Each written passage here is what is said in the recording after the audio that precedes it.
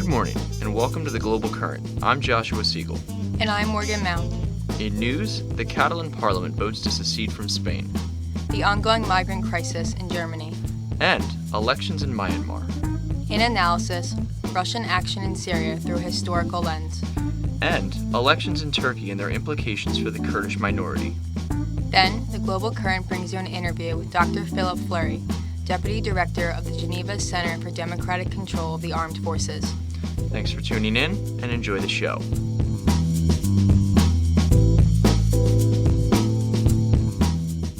And now Connor Bresna reports on the Catalan Parliament's vote to secede from Spain.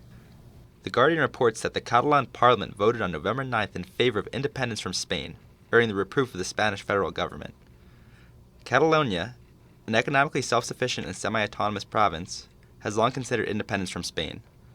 The vote for independence follows the rise of two major secessionist parties, Together for Yes and the Popular Unity Candidacy Party, to the majority in Catalonia's parliament. The Spanish constitution prohibits secession. Therefore, the only way for Catalonia to secede from Spain is to elect a pro-independence parliament. However, the Spanish governments may decide to suspend pro-independence leaders. In fact, in both 2013 and 2014, the Spanish Constitutional Court intervened in decisions made by the Catalan Parliament regarding sovereignty. Although what lies ahead for the Catalan and Spanish people is unknown, an informal vote held on November 10th shows a strong majority of Catalonia in favor of independence. Over 2 million people out of 5.4 million possible voters participated in the poll, with the result of 80% in favor of independence. We are satisfied with the step Parliament took today. We are aware that other steps will be needed, that will need to seek unity to build a government and reach institutional stability to finalise the process that was solemnly launched by Parliament today. Reporting for the Global Current, this is Connor Bresna. Up next, Liam Scollins reports on Germany's ongoing migrant crisis. Since the beginning of the Syrian civil war in March 2011, Syrian refugees have fled their country in droves to avoid the ever-intensifying conflict. With no other place to turn, refugees began to cross the Mediterranean Sea with hopes of finding asylum in the European Union. Initially, EU member states were hesitant to allow migrants into their countries. According to an article by The Telegraph, Germany and Sweden have established open-door policies towards Syrian refugees. Since Germany has opened its borders, hundreds of thousands of Syrians have attempted to gain entry. Despite Germany's powerful position, most EU states have maintained their current refugee policies, which do not adequately meet the needs of the millions of displaced Syrians. The EU Observer reports that German Chancellor Angela Merkel's plan would permit between 800,000 to 1 million migrants into the country. Despite Merkel's platform, a growing internal opposition to these liberal migrant policies have taken hold in Germany. On Tuesday, November 10th, the German Interior Minister Thomas de Maizière, along with Finance Minister Wolfgang Schäuble, announced that Germany should bring an end to Merkel's open-door policy. This unprecedented challenge to Merkel's authority draws support from growing public opposition to the increase in the migrant population. Recently, a new right-wing group called Alternative for Germany has rallied against Merkel's immigration policy. Last week, members of the right-wing AfD and Merkel's CDU party staged a demonstration. A report by German news service Deutsche Welle states that the AfD had 5,000 supporters at the rally, while the CDU had less than 1,000. Frauke Petri, an AfD chairwoman, spoke at the rally. We're here to protest against Chancellor Merkel's asylum policies. They highlight problems in Germany that haven't been discussed for years. That's why the AfD is needed as the sole opposition party. The flow of migrants into Germany continues even as support for Chancellor Merkel's open-door policy wanes. Hundreds of Syrian refugees continue to arrive in Germany each day. This is Liam Scollins reporting for the Global Current. Next, this morning, Christopher McNeil reports on recent elections in Myanmar. Myanmar's military regime, in place since the 1960s, ended on November 11th after Aung San Suu Kyi, an opposition leader, won the recent election. The election, reports the BBC, produced an 80% turnout rate for Myanmar's eligible voter population of over 30 million. According to CNN, President Suu Kyi, who represents the National League for Democracy, acquired 256 of the 299 seats in the country's parliament, winning a landslide victory in the election. The New York Times noted current President Thein Sein's post on Facebook stating, The government will respect and follow the people's choice and decision, and work on transferring power peacefully according to the timetable. The NLD now controls the legislative and executive branch. The NLD won elections in 1990, but the Union Solidarity Development Party, controlled by the Myanmar military regime, confiscated the results and placed Suu Kyi under house arrest for 15 years.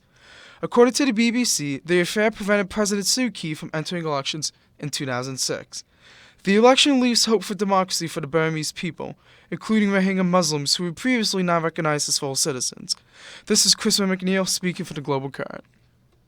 Coming up next, Troy Travato analyzes Russia's recent action in Syria through a historical lens. With the fall of the Western Roman Empire, Constantinople was considered the Second Rome. Centuries later, when Constantinople was captured by Ottoman Turks, Muscovy too was appropriated the title. The Third Rome is a term used much throughout Imperial Russia. It was a way of legitimizing the ruling establishment and the Orthodox Church, establishing a continuum beginning with the Caesars of the Roman Empire through the Byzantine dynasties onward to the Romanov Tsars. With this epithet, the Kremlin inserted itself as protector of Orthodox Christians throughout the world, the New York Times states. It engaged in conflicts, particularly with Ottoman forces throughout history. In fact, during the negotiation of the Sykes-Picot-Sazonov Agreement, the Russian foreign minister was guaranteed control of Istanbul, Kurdistan, Turkey, and Jerusalem. With the rise of the Soviet Union, the focus of Russian politics was the same, but with a different lens. Soviet influence guaranteed single-party planned economies in states such as Syria, Libya, and Iraq, according to the New York Times.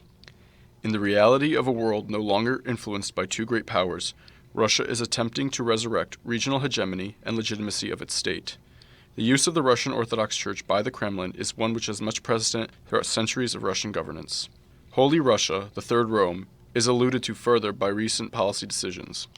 Russia is specifically regarded in the West as a place hazardous for LGBT communities. The current legal framework within the Russian Federation disallows individuals from promoting non-heteronormative family structure or identity to minors. We have a ban on gay propaganda aimed at minors. I don't see anything undemocratic in this legal act. I believe we should leave kids in peace. We should give them a chance to grow, help them to realize who they are and decide for themselves. I don't see here any infringement on the rights of gay people. I believe this is one of the lines of attack against Russia. This, coupled with distancing itself from Western institutions and associating closer with the Patriarchate of Moscow, has shown that the state and Putin himself have realized the immense legitimacy that orthodoxy provides to the power structure. Were Russian policy to exist in a vacuum, it would only be of concern towards its own nationals. However, because of current developments in the Middle East, this cozying up provides implications affecting Western powers and their policymakers. Amid the sectarian violence in Syria, Russia has become significantly interested in asserting their influence on its outcome. The Washington Post states that further deliberations from the Russian Church have asserted that the state's actions in the region have offered protection for the Christians therein, unlike any other power could. Al Jazeera reported that the institution's head of public affairs, Vsevolod Chaplin, recently commented that this decision corresponds with international law, the mentality of our people, and the special role that our country has always played in the Middle East. The choice of words and other comments from the Church seem to evoke a certain nostalgia for the Crusades, referring to the current military involvement as a holy battle. This leads into a further statement issued by President Vladimir Putin. If we manage our own territories, then it is unjust to them. But it is ridiculous. And if they take out the bear's fangs and claws, the bear will not be able to do anything. It will just be a stuffed animal. Though it may seem completely unrelated to the earlier interview with Putin, there is definitely a consistently held viewpoint. Putin and his government have taken a stance about what Russia, at least superficially, stands for, one that to Western minds appears backwards and undemocratic. This traditional mentality, heavily informed by Orthodox praxis and belief, is one often ridiculed in contemporary Europe and North America. Coupled with that, the Russian Federation is aiming at attaining greater influence in regions which are volatile or of economic importance to NATO interests. Subsequent reaction by the aforementioned organization in the form of economic sanctions and chilling of diplomatic relations then is marketed by the Kremlin to the Russian people as the West seeking to make their country docile and unable to resist a foreign government's interests. Reporting for the Global Current, this is Troy Travado. And now, Megan Ferguson analyzes the implications of a victory for Turkey's ruling party for the Kurdish minority. An October 10th ceasefire declared by the Turkish Kurdistan Workers' Party, or PKK, ended this Sunday after a landslide victory for the Justice and Development Party, or AKP. The Wall Street Journal of November 1st explains, the election signals support for the policies of the current Turkish President Recep Tayyip Erdogan, who campaigned for his party with his record on national security and hardline stance against the PKK.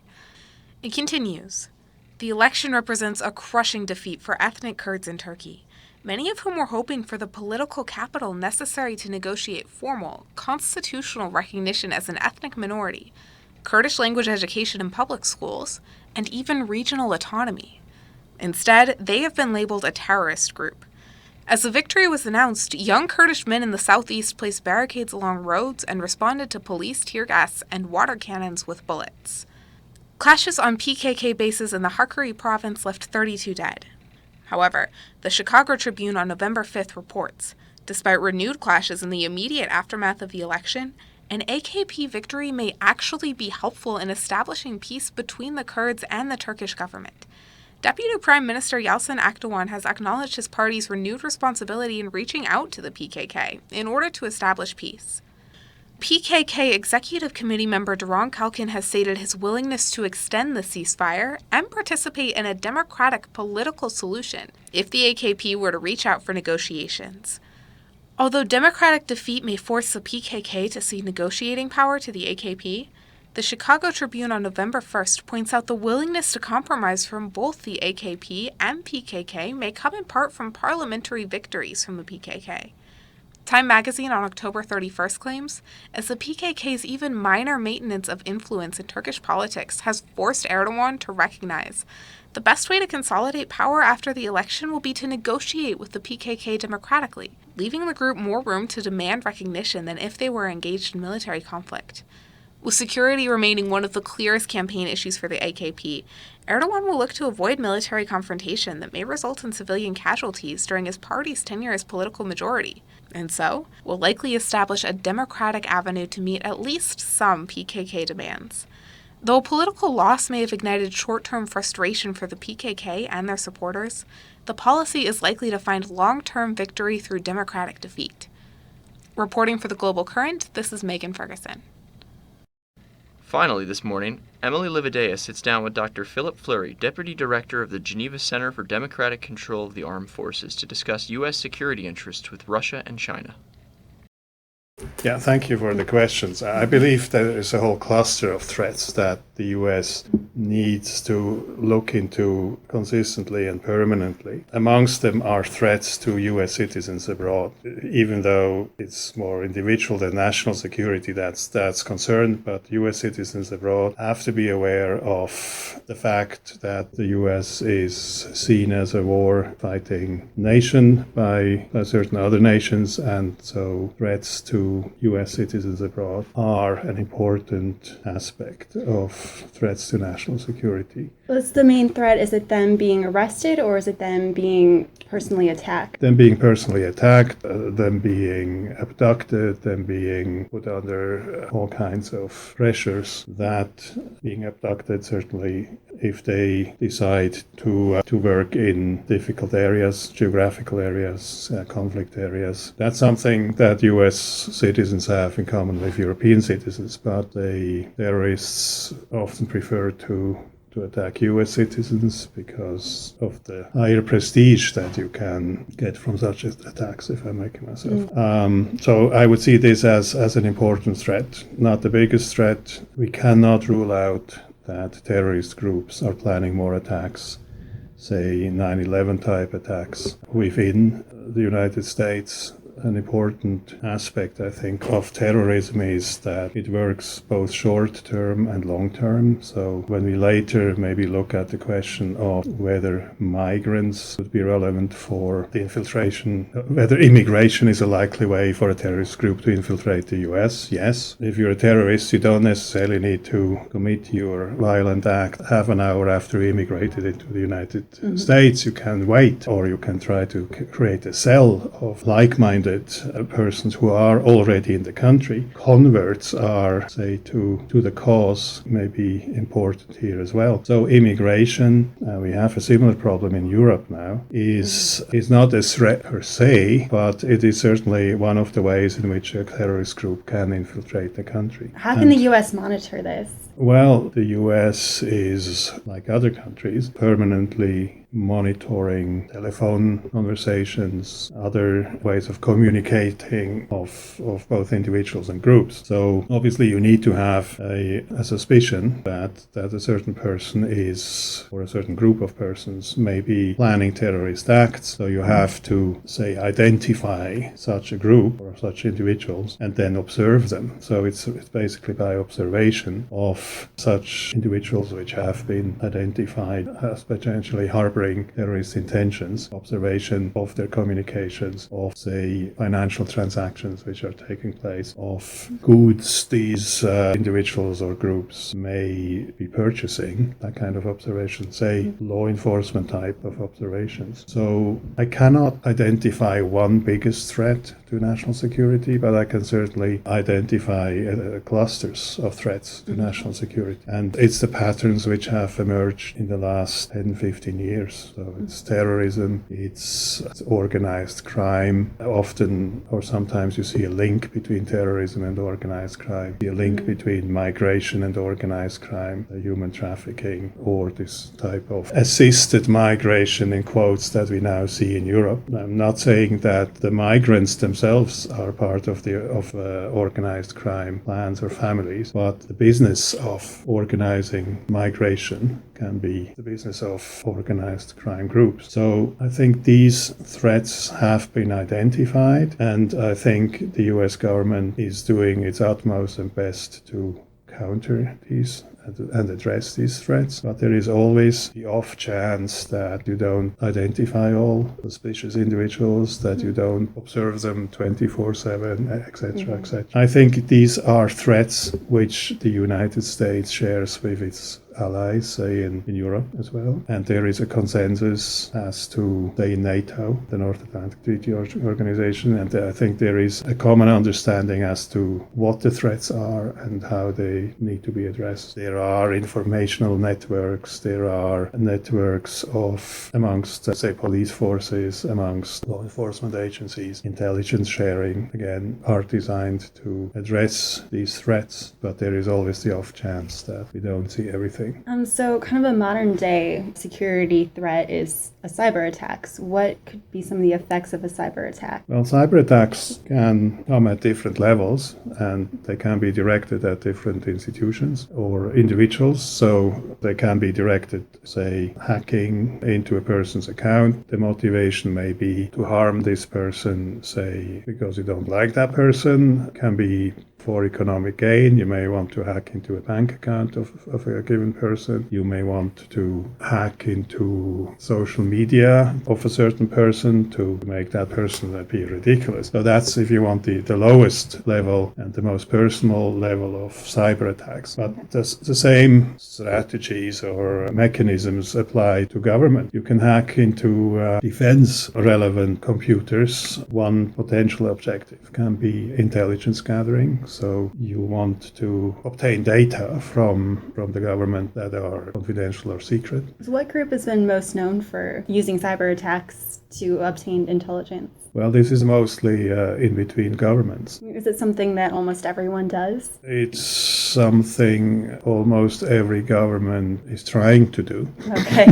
It's not something that every government is necessarily very successful at doing, but it is certainly something that by now, say 20 years after it's become possible and kind of popular to do such kind of things, that almost every government is now doing. There are certain governments which which are prominent in that. Intention of intelligence gathering is that you are not being found. So what our governments may know of, maybe the tip of an iceberg, 7 or so percent that actually are visible, with a large kind of gray or black area which we don't know of or we cannot know of. Even governments cannot, or government agencies, even those especially designed to counter cyber attacks, because opponent, so to speak, is so good at it that he doesn't leave traces. The ramifications of a cyber attack: you can use cyber attack receptively to gain data. You can use them, if you want, actively, or to create the wrong kind of data or manipulated data within the computer system, and then you can use it aggressively to trigger in a focused manner havoc. It is possible to hack into rocket systems. It is possible to hack into the guiding system for an aircraft or whatever. So yeah, it's scary. We have to live with that as well. But there are many things which are possible today which could trigger major havoc. Whatever a nuclear power plant can hack into the control systems of a nuclear power plant. I'm not saying you can make a nuclear power plant explode this way. That's not what we're talking of, but you can certainly create havoc in the steering systems for reactions, etc. Lots of things are possible today. So how can we prevent a cyber attack? First of all, by identifying the possible weak points and by observing data traffic around such weak points. So where is the U.S. lacking most in its security policies? Within the U.S., I'm pretty confident that the U.S. government is doing its utmost and best to safeguard the security of citizens. Now, if we understand security policy to be something that encompasses the whole world, say world security as opposed to a nation's security, then there is always the question of what role you want to play on that world stage. Succeeding U.S. presidents have tried different roles in the past 20 years. I think an important insight about world security is that it doesn't always only depend on what you do, it depends on all the other actors. So you need to identify who the other actors are. We have a number of emerging new actors on the world security stage. So to say that a country is lacking in security is not the choice of words the way I would like to put it. You have to make decisions. You have to make decisions how you want to see yourselves, what role you want to play in this concert of actors, and how much resources you want to use. World security just looks different from what it looked like 20 years ago. We have new actors. We have new actors who try and err and try again. And it's, if you want, some sort of a it's kind of unstable equilibrium. So do you think that since the Iraq War, has the U.S.'s policy toward world security changed? Well, I think what has changed is the U.S. is not a concern for world security. What has changed is the perception of what the U.S. role ought to be, A, and B, on how much an assertive U.S. role can cost in both lives and resources. The Iraq War has been a very costly endeavor, and it hasn't really done the job. And I think what we are in at this point is a phase in which the U.S. is reassessing the world situation, reassessing the cost of an assertive role we played. I think this is what is happening at this point. There are also, it's a new world situation. There are leaders of nations who seem to be willing to play important roles which we don't really know yet how to deal with them, and what actually their ultimate intentions are. What, for example, are Mr. Putin's intentions? He likes to play the role of a man who is hard to read. By just not showing your cards, and which may be blanks, you obviously can create an aura of mystery, but that by itself, that's not what we understand by playing a role on the world security arena. And it's relatively easy to name who the main actors today are. Certainly the US and its allies, the European Union, not really a security actor, or rather a security actor, a nilly-willy security actor. Russia, obviously under Mr. Putin more seeking to play an assertive role, but really lacking the resources. China, on the one hand, trying to pass itself off as the champion of the developing world and as a benevolent power. But when you look at China's role in the South China Sea, then search for resources, say, to sustain its economy to a large degree depends on the importation of resources, is more or less forcing China to become expansive. So these certainly are the actors to watch. Then there are, if you want, mid-size actors, the BRIC states, Japan, maybe Nigeria, possibly in future Indonesia or so. So mid-size actors which are playing some role, but which don't really contribute much to world security. Large economies or very populous nations, people expect them to play some role in the world security concert. We see them very much absorbed with themselves. So Vladimir Putin, you mentioned, likes to show off his military power. How can the U.S. combat this without use of force? Or is use of force the only answer? So far, Mr. Putin has been wisely avoiding any direct conflict with the US. He's also been trying to avoid direct conflict with the European Union. For the foreseeable future, he will remain wise enough to do that, because he can only survive politically and, in fact, militarily by avoiding direct conflict with the big boys. It's one thing to occupy the Crimea when there is no one home, or when there is no government. One thing to pretend that you are supporting the separatist forces in the east of Ukraine without much love lost between the Ukrainian separatists and the Russian leader, because this is a very costly affair. By now, for Russia, both politically and financially, the economy is destroyed in both the Lugansk and Donetsk, so-called self-styled People's Republic. Someone has to pay for whatever is left of the welfare of the people there. So, last question. There was a bit of a scare last week with the U.S. patrolling in the South China Sea. So my question is the U.S. expected to help defend Southeast Asia against China's growing influence? Well, in international relations, not everything is negotiable at any given point, but many things remain negotiable over time. So again, it is really a question of what role the U.S. wants to play in the South China Sea. What we have on the one hand is an assertive role of the People's Republic of China, which the smaller nations which are directly affected by that policy, Vietnam, Philippines, Taiwan, if you want to see Taiwan as a nation, Malaysia, are directly affected by China's growing influence and basically territorial ambitions in the South China Sea. But they are too weak and politically hesitant to play the role that the US may be playing in defending the status quo. So we're not really talking about defending countries in South Asia. At this point, I think we're talking about the status quo, which implied that certain island groups or islands in the South China Sea are disputed territorially. Now China is trying to change that by creating new islands artificially.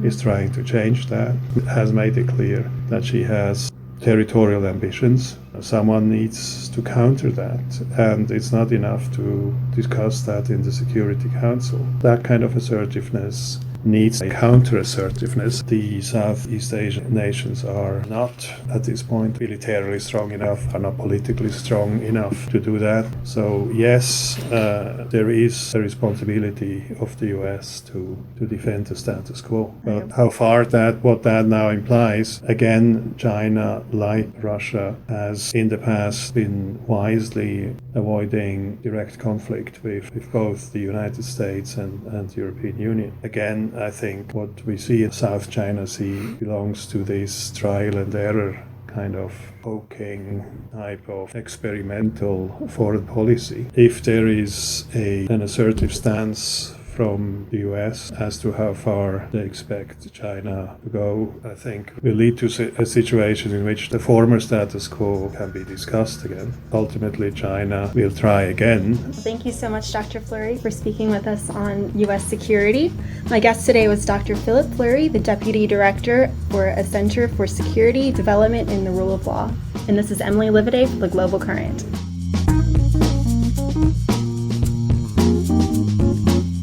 Thank you for tuning in to this week's episode of The Global Current. Follow us on Facebook, Twitter, and YouTube. I'm Morgan Mount. And I'm Joshua Siegel. We'll see you next week.